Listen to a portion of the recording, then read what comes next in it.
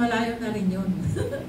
Welcome sa bawat isa sa ating third Sunday worship service, lalo na sa mga baguhan. Alam niyo, kinalulugan talaga kayo ni Lord. God loves you all. Mahal tayo ng Panginoon, kaya dinadala tayo ng Diyos na kung saan sasama-sama ang mga anak ng Diyos. Amen? Amen. Okay, so, ang mensahe, mag-pray muna tayo. Lord, salamat po sa umagang ito. Ikaw ay aming pinupuri, sinasamba sa Espiritu at katotohanan. Nais namin, Panginoon, na maitaas ang iyong pangalan sa oras na ito at maluwalhati ka sa aming mga buhay at ikisalat sa iyong salita na aming kong pag-aaralan. Pagpalain mo ako, Panginoon, bilang iyong instrumento na tagahatid ng salita. Ipagkaloob mo sa akin ang kapangyarihan mo, Panginoon, upang maihayag ko na may katapangan ang iyong salita. Salamat po, Diyos. Ito pong aming dalangin sa pangalan ni Jesus. Amen.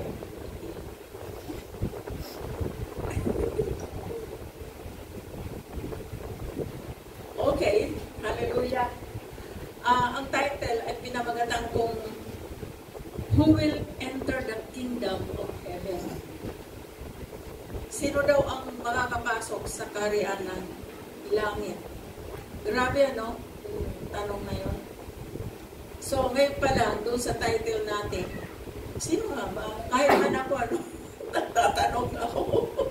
Pero may mga gustong ipaliwanag si Lord, ipahiwatig o ipaalam sa bawat isa sa atin na dapat natin malaman ang kanyang mga pamantayan o standard para masunod natin ang kanyang kalooban. So sabi nga, who will enter the kingdom of God? The kingdom of heaven. So ito po yung sinasabi doon sa Matthew. Okay. 21. Okay. Sabi sa 21, hindi lahat ng tumatawag sa akin, Panginoon, Panginoon, ay papasok sa kaharian ng langit. Kundi ang mga taong sumusunod sa kalooban ng aking Ama na nasa langit. Sino nagsasalita dito? Si Jesus, di ba? Hindi lahat ng tumatawag sa akin, Panginoon, Panginoon, ay papasok sa kaharian ng langit, kundi ang mga taong sumusunod sa kalooban ng Panginoon. Okay, anong ibig sabihin nito? Hindi lahat tumatawag sa akin, Panginoon, ay papasok sa kaharian ng langit. Alam nyo, simula pa, marami tayong mga ginagawa, kung paano tayo devoted sa atin na mga religious activities, ano? Akala natin, maaaring sabihin natin na very busy ka, very active ka sa mga religious activities natin. Pero kung titingnan natin ang ating mga puso, nandun ba talaga si Jesus? Kasi nakapokus lang tayo sa mga gawain na magaganda naman, mga good works. Okay naman yun. At yung ating pakikipag-ugnayan sa mga leaders, mga pare, at kung ano-ano pang mga ginagawa sa simbahan, akala natin, nakakasigurado na tayo. Kaya, ayon dito sa salita ng Panginoon, hindi lahat pala makakapasok sa kaharian ng langit. Grabe, ano? Kaya dapat po natin malaman, mga kapatid. Ako man, nung bago pa lang ako sa Panginoon, nagtataka na ako. Sabi ko, Panginoon, very busy, very active naman ako sa church. Kung ano-ano mga ginagawa ko nagdo-donate pa nga ako Pero Panginoon, dito, sa tanong na ito, ibig sabihin, Panginoon, yung mga ginagawa ko ay hindi ako makakapasok sa kaharian ng langit. Amen ba, mga kapatid? Amen. Okay, subalit, ang sabi niya dito, sino lang yung karapat-dapat na makakapasok sa kaharian ng langit? Sino nga ba? Okay, ang sabi dito, ang mga taong sumusunod sa kalooban ng aking Ama na nasa langit. Ano ba yung kalooban ng aking Ama na nasa langit? Ay siyempre, ang kalooban ng Diyos ay sundin ang kanyang gusto. Amen? Ang kalooban ng Diyos ay ang maging tunay ang ating relasyon sa Kanya. Talagang genuine. God's will is our relationship with God is genuine. Talagang genuine. Tunay. 100%. Amen ba? So yun ang kalooban ng Panginoon. Lalo na sa ating pananampalataya. Ang kalooban ng Diyos, makita ng Diyos sa ating buhay kung gaano tayo kaseryoso sa pananampalataya natin sa Kanya. Kasi alam nyo, marami nga sa akala ba natin sa loob ng church, sabi nga, sa ating pagpapagal, akala natin tama na yung ginagawa natin, nandun tayo sa church, paglinggo, andun tayo kung saan tayo nag-attend tayo sa mga religious activities at kung ano-ano pa. Pero, ang sabi ng Panginoon, ang makakapasok lang sa kaharian ng Diyos yung kanyang taong sumusunod sa kanyang kalooban ng Ama. So, ang kailangan lang natin dalawang bagay, pananampalataya at tunay na relasyon sa Diyos. Iba kasi yung partial na relationship. Pag sinabing partial, hindi totally related ka sa Panginoon. Ang partial kasi, kung sa mga 100 ay 50% lang yun, partial yun. Kailangan 100% ang ating genuity sa ating relationship sa Panginoon. Dumating man ang problema, dumating man ang mga pagsubok, nandoon pa rin tayo sa Panginoon. Amen? Okay. Tingnan natin sa page 22. Ito na. Kasi sa araw ng paghuhukom, marami ang magsasabi sa akin, Panginoon, hindi po ba sa iyong pangalan ay nangangaral kami? Nagpalayas ng mga demonyo at gumawa ng mga himala? Alam nyo, ang dami-daming gumagawa ng mga himala, lalo na si Satanas, di ba? Gumagawa ng himala si Satanas. Akala mo, totoo na yun. Akala mo sa Diyos galing yun. Mga himala. Kaya nga, sabi ng salita ng Diyos, hindi po ba't iyong pangalan ay nangaral kami, nagpalayas ng mga demonyo at gumagawa ng mga himala? Kasi maraming nadideceive, maraming nadadaya. Dito pumapasok dito yung deception. Amen? Dito pumapasok ang deception dito. Akala natin, ginagawa natin ay genuine ang ating paggawa sa Panginoon. Pero tandaan natin, si Satanas man ay gumagawa ng maraming himala. So, ang tao ay nadideceive. Ang maging mga Kristiyano ay nadideceive din. Bakit? Kasi ang kailangan natin, ang totoong pananampalataya at yung malalim na relasyon natin sa Kanya. Hallelujah! Amen! So, dito, papasok talaga dito ang deception. Kasi, although ginawa nila ang lahat, ako man, ginagamit din ako ng Panginoon na manalangin sa mga mayroon ngang namatay na pinang-pray ko na buhay. Pero, dahil sa pananampalataya ko at sa aking pagsunod sa Kanya, amen? Nakita ng Diyos yung aking seriousness sa relationship ko sa Kanya at nakita din ng Diyos ang aking pananampalataya na tunay ang pananampalataya mo sa Kanya. So, granted ng Panginoon, hindi naman ako yung nagbumuhay ng patay. Si Lord ang bumubuhay ng patay. Amen! Dahil sa iyong pananampalataya, dahil sa iyong malalim na relasyon sa Kanya, lahat ng gagawin mo na ayon sa Kanyang kalooban ay gagawin ng Panginoon. Praise God! Hallelujah! Okay, so yun po sinasabi ng mga dito sa verse 22. Dito papasok ang deception. So huwag tayong padaya sa gawa ng kaaway. Kasi sabi nga, lahat nakakagawa ng himala, pero pala si Satanas man ay gumagawa din. Okay, sa verse 23, Ngunit sasabihin ko sa kanila, wow, hindi ko kayo kilala. Amen. Lumayo kayo sa akin, kayong mga gumagawa ng kasamaan. Diyos ko, Panginoon ko, kailangan i-search din natin ang ating mga puso. Dahil hindi lahat na nandoon sa simbahan o nagpupuri sa Panginoon ay nakikita, yung kalulugdan ng Panginoon. Ang sabi diyan, sasabihin ko sa kanila, hindi ko kayo kilala. Grabe, no?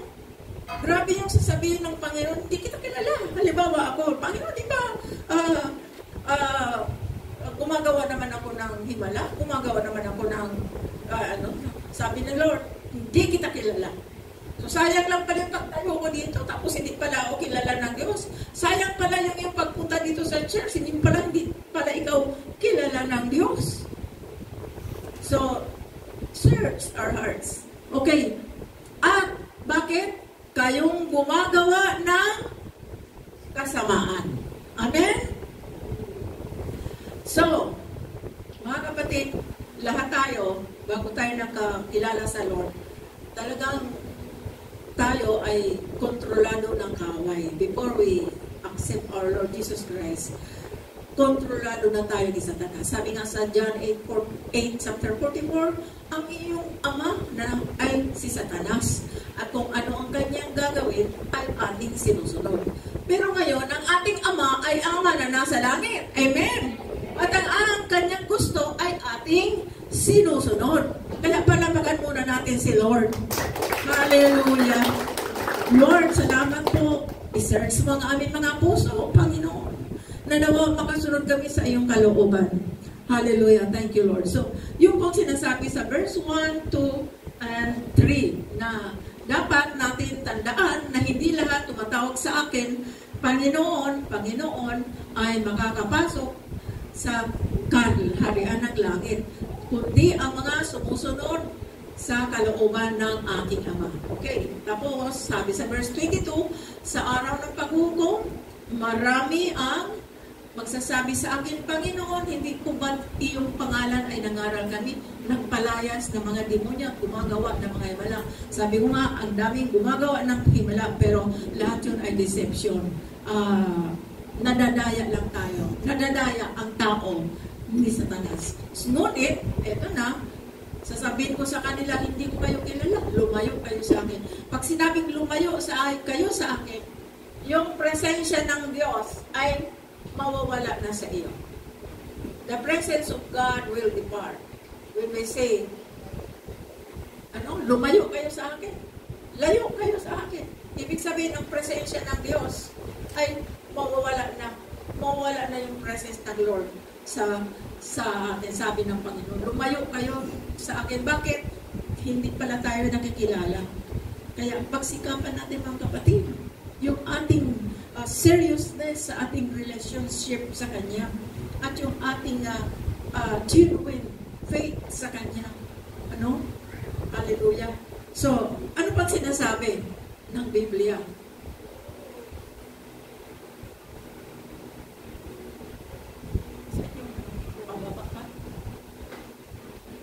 Okay.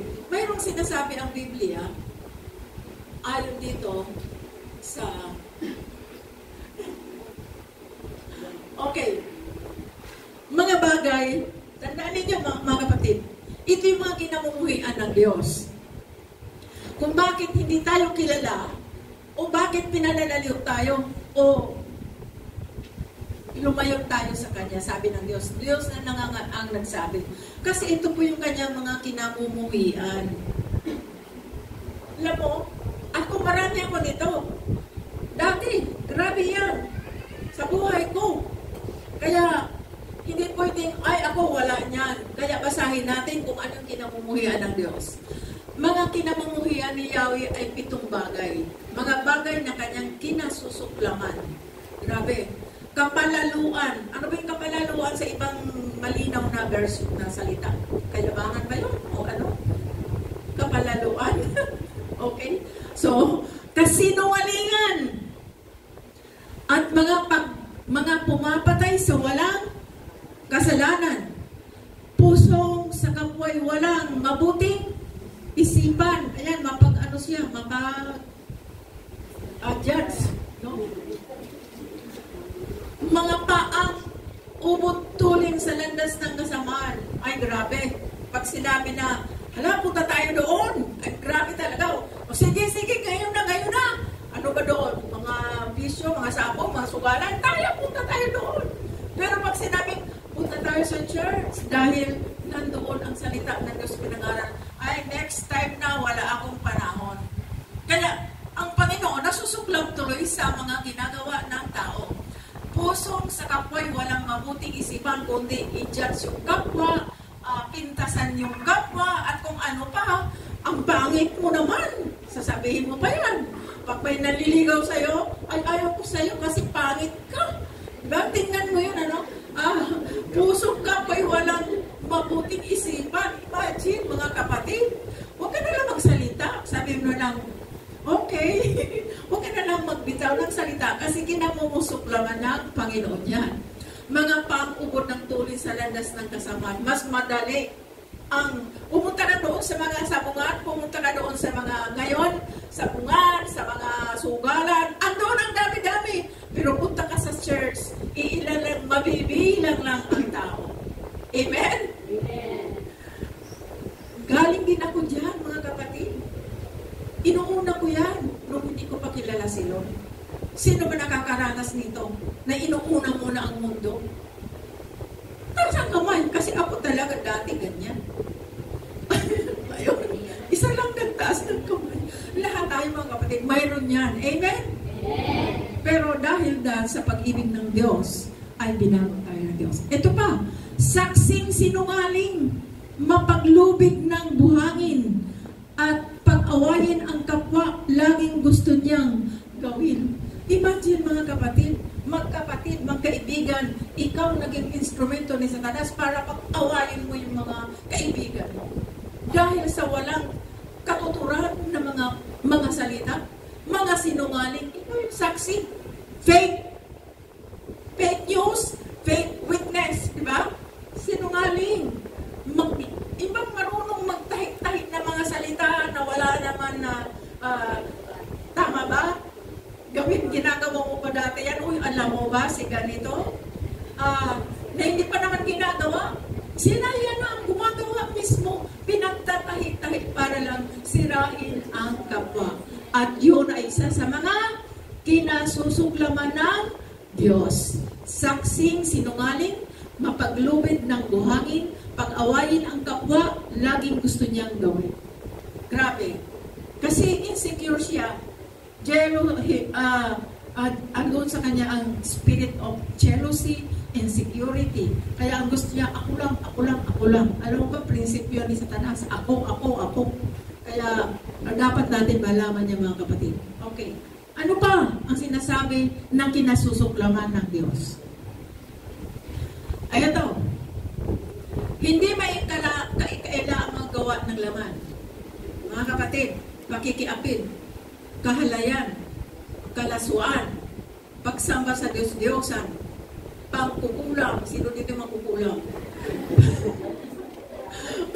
Pagkapuot, pag-away-away, pagsiselos, pagkakagalit at kasakiman, pagkakampi-kampi at pagkakababahagi, pagkainggit, pagpatay, paglalasing. Naku, andyan pala yung paglalasing. Walang habas na pagsasaya. Ay grabe, marami ka makita. Punta ka sa mga diskuhan, ang grabe talaga. Dati ko ginagawa lang, kahit ako mag-isa. Ha? Diskuhan. Wala akong pakialam. Sumasayaw ako mag-isa pag marami ng tao. Sige lang. Noon yun. Okay. Sabi dito, pagsasaya at iba pang katulad nito, muli ko kayong binabalaan. May warning si Lord.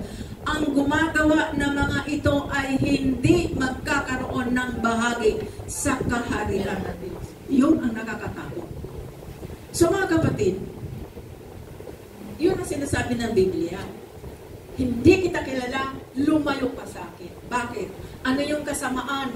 Ikaw na gumagawa ng kasamaan. Diba? So, Iyan yung mga bagay, hindi lang po itong mga binabasa natin ang kinasusuklaman ng Panginoon. So dito mga kapatid, isa ako diyan sa gumagawa na kinasusuklaman ng Diyos. Pero sa awa ng Panginoon, dahil sa gusto ko na makilala ko siya sa Kanya. Kasi hirap na ang buhay ko. Wala nang kalutasan ng mga problema ko. Sinikap ko sa tulong ng Diyos, sa panalangin, itong tandaan natin. Hindi ka mababago kung hindi ka nananalangin at hindi mo sinasabi sa Panginoon, Panginoon, patawarin mo ako.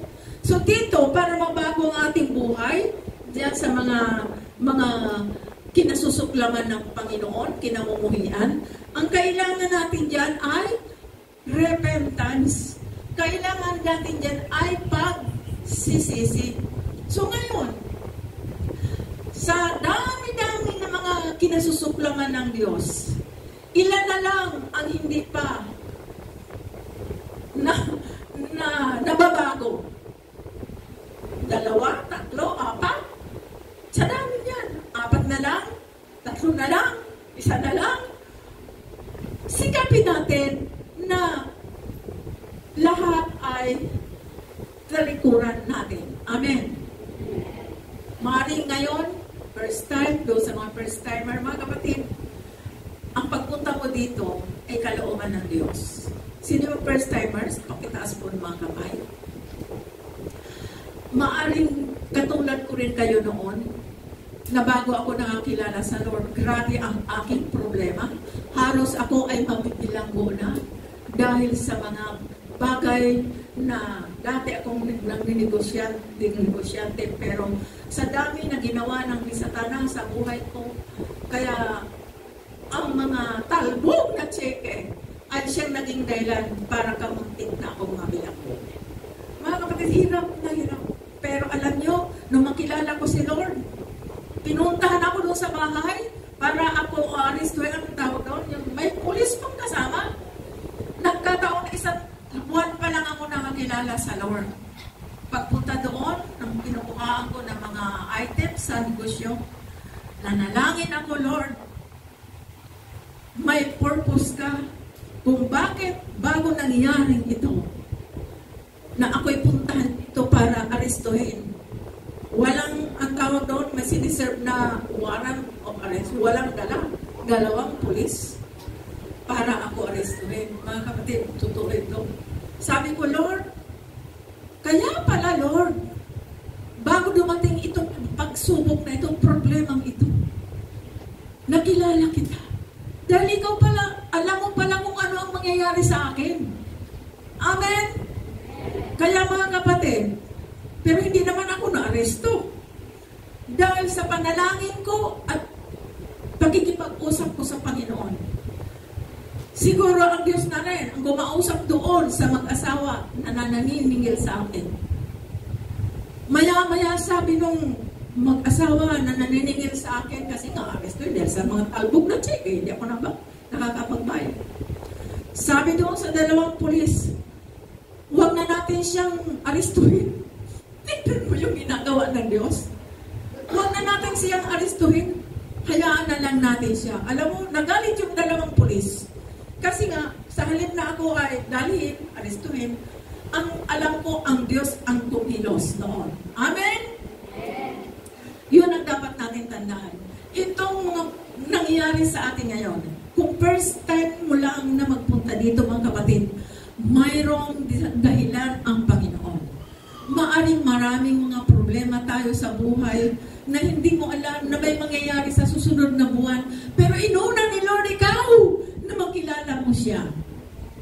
Hallelujah! Kasi may dahilan siya kung bakit ka nandito. Huwag mong sabihin na, inimbitahan lang ako. Ginamit lang ng Diyos yung nag-imbita sa'yo. Pero siya talaga ang nagsabi sa'yo, ipinipir niya ang puso mo na ngayong araw na ito sumama ka doon sa mag-invite sa'yo. Dahil mayroon akong dahilan. Mayroon akong dahilan para ikaw malutas ang iyong problema. Amen! So yun po ang sinasabi ng Biblia.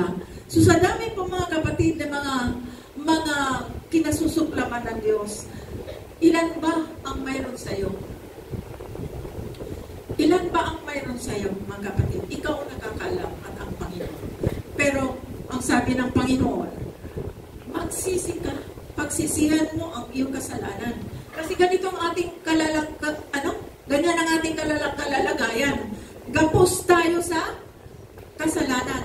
So yung lubid na yan, ibig sabihin nakagapos tayo, pero mayroon palang kalayaan ang Diyos. It is for freedom that Christ has set us free. So ang sabi, stand firm then, and do not let yourselves be burdened again by a yoke of slavery. Ano ba yung yoke? Yung sa kalabaw?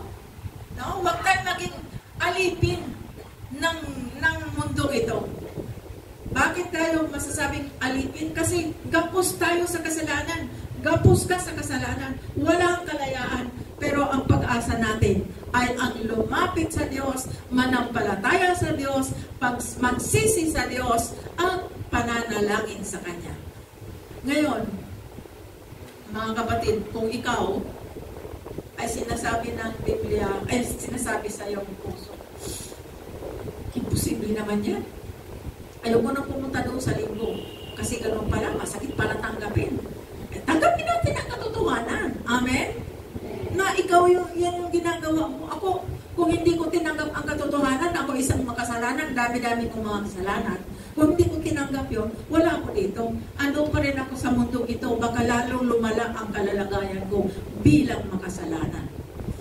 Pero purihin ang Diyos, may plano ang Diyos sa iyong buhay. Huwag mong sayangin ang araw na ito.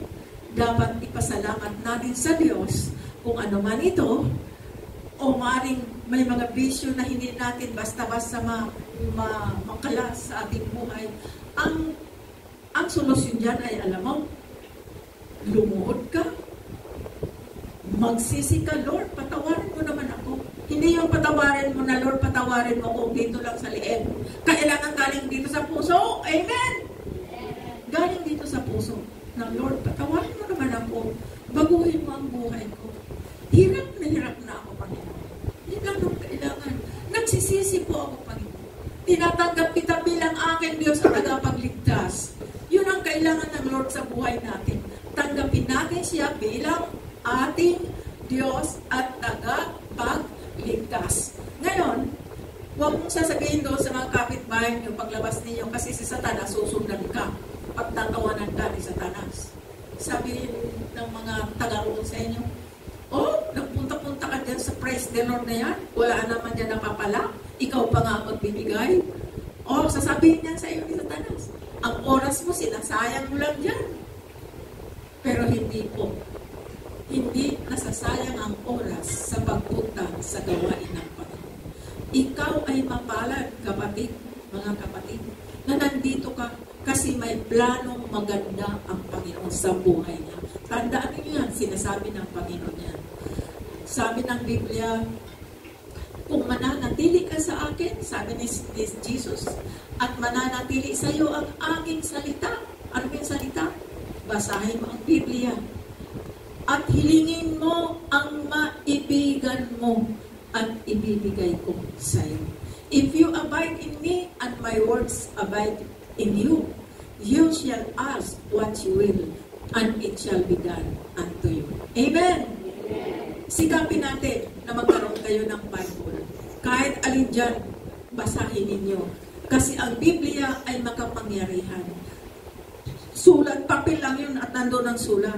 Hindi ba ninyo alam na ang salita ng Diyos ay powerful? Kaya basahin natin ang Biblia, tanggapin natin si Lord bilang ating Diyos tagapagligtas. Kung hindi mo pa natatanggap ang Panginoon, dalawang bagay lang. Ang iyong malalim na pakikipagrelasyon, hingiin mo sa Lord yan, at ang iyong tunay at totoo na pananampalataya sa Kanya.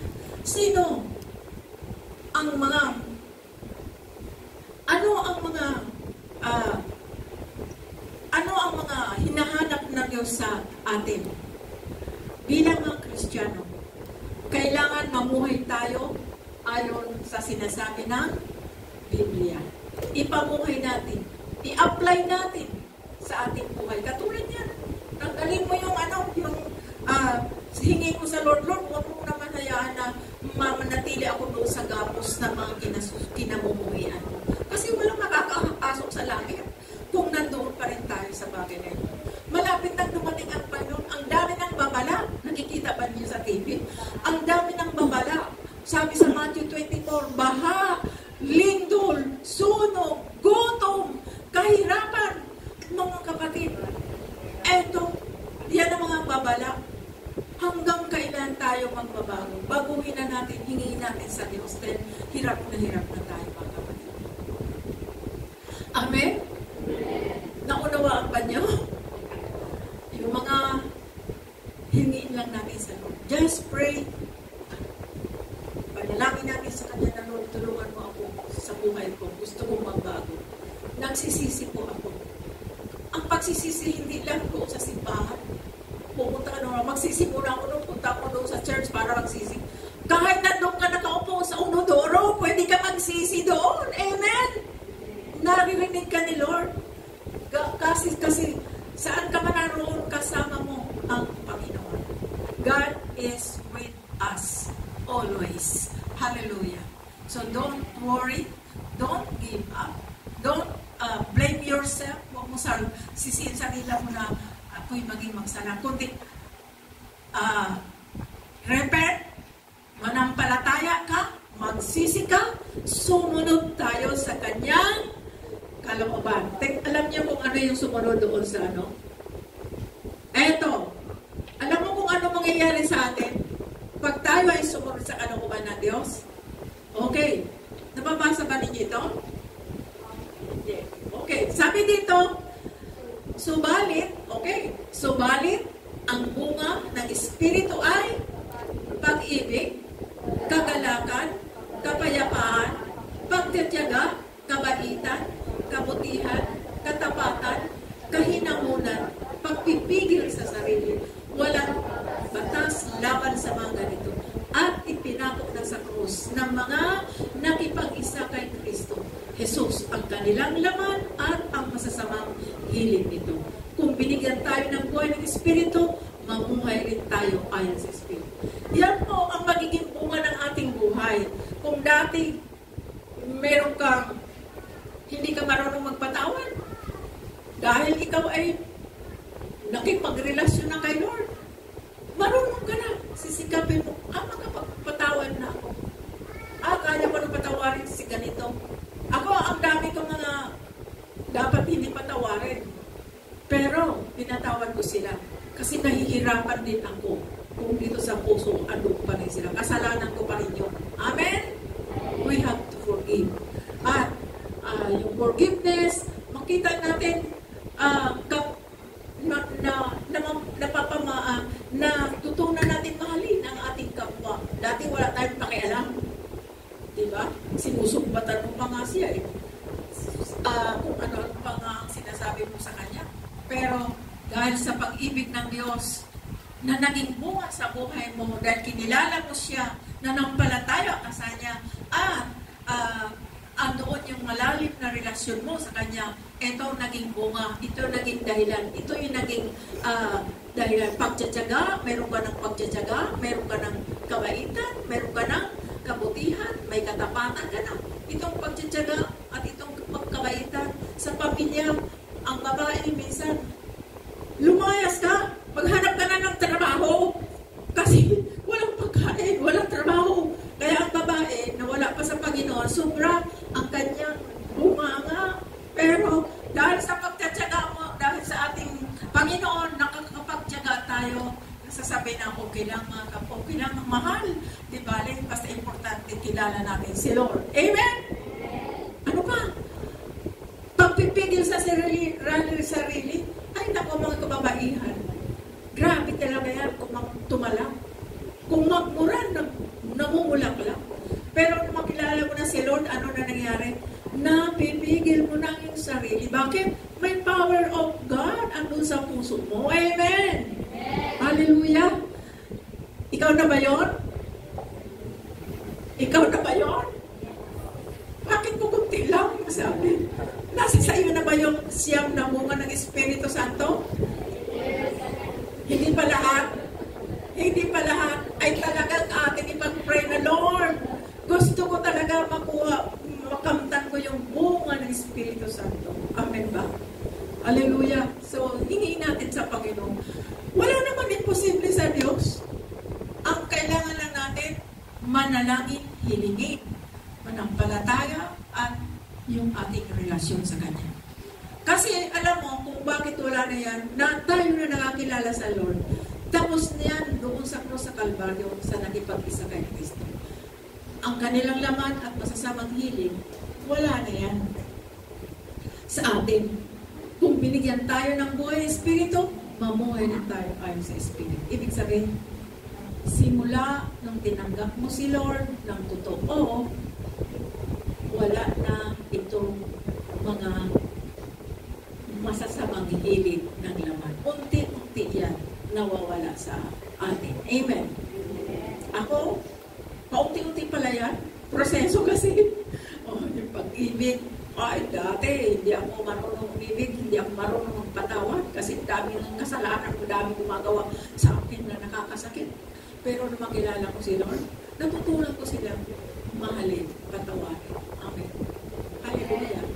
Wala kang kapayapaan dahil pagising mo sa umaga, walang pagkain, walang pera, walang kung ano-ano. Ngayon, may kapayapaan ka na kasi nandyan sa'yo ang Holy Spirit na kumukontrol sa atin. So, tandaan natin po ito mga bunga ng Espiritu Santo. Ito po ang mabuting bagay na dapat natin kamtan sa ating mga buhay. Hallelujah. Kung 5 pa lang yan, sikapin mo, Lord, yung 4 gusto pang makamtan. Tulungan mo ako, Panginoon. Glory to God. Kasi hindi naman yan agad instant. Proseso yan. Depende yan sa pakikipagrelasyon mo sa Panginoon. Depende yan sa pagbabasa ng salita ng Diyos na ipinamumuhay natin. Depende yan sa ating pananampalataya sa Diyos. Mangyayari ang lahat ng bagay ng gusto ng Diyos kung gusto natin. So, kailangan natin sumunod. Ano yun? Para hindi tayo palayasin, para kilalanin tayo ni Lord. Sumunod tayo sa Kanyang mga kalooban. Amen. Palapakan natin si Lord. Okay, tayo manalangin. Marami pong salamat, Panginoon. Ikaw ang aming Diyos na nagbabago sa buhay ng bawat isa sa amin. Pagpalain mo, Panginoon, kami. Maraming makikita mo sa buhay namin na marami pang kami mga dapat maisuko sa iyo, Panginoon. Pero nais ng aming buhay, ng aming puso, na talagang maging malalim ang aming relationship sa iyo. At maging ang aming pananampalataya ay tunay, Panginoon. Masumpungan mo kami na mga pananampalataya namin ay talagang genuine, tunay, Panginoon. Sa hirap at ginawa, ating man mga pagsubok, mga problema, Panginoon, ikaw pa rin ang aming tatawagan. Hindi magbabago ang aming pagtitiwala sa iyo dahil ikaw ang aming Diyos noon, ngayon, magpakailanman na hindi nagbabago. Panginoon, dito naman sa mga bago, Panginoon, pagpalain mo sila. Ikaw po ang nakakaalam ng kanilang mga pangangailangan araw-araw. Dinala mo sila dito, Lord, dahil may dahilan ka. May layunin ka kung bakit sila ay dinala mo dito ngayon upang marinig ang iyong salita. At higit sa lahat, dalangin ko, Panginoon, na sila ay pagpalain mo. Paglabas nila, Panginoon, mapuspos sila na yung kapangyarihan. Dito pa lang, puspusin mo sila na yung kapangyarihan. Pagdating nila sa kanilang tahanan, ano man, Panginoon, yung kanilang mga kahilingan, mga kailangan. Lord, we declare blessing upon them, Lord God. Hallelujah. Pagpalain mo sila, O Panginoon. Lahat ng kanilang mga kahilingan, Panginoon, I pray, Lord, na ipagkakalob mo ito. At bawat isa sa amin din, Panginoon, ikaw din nakakaalam ng aming mga needs. Lord, you are our Jehovah Jireh, the Lord who always provides. So, Lord, din pinanghahawakan namin ito, Panginoon, na ikaw ang aming Diyos na nagpo-provide ng lahat. Thank you, Lord God, for your presence. Thank you, Lord, for your power. Thank you, Lord, for your word na aming pong pinag-aralan ngayon. Nawa maging warning sa bawat isa sa amin yung pang mga bagay na hindi mo kinasulugan. Yung mga bagay na iyong kinasusuklaman, maging warning sa aming mga buhay upang pagdating ng paghukom, kami ay kilala mo, makikilala mo kami at papapasukin mo kami sa kaharian ng langit. Marami pong salamat, Lord. Ito pong aming dalangin sa pangalan ni Jesus. Ang lahat magsabi ng Amen. Amen.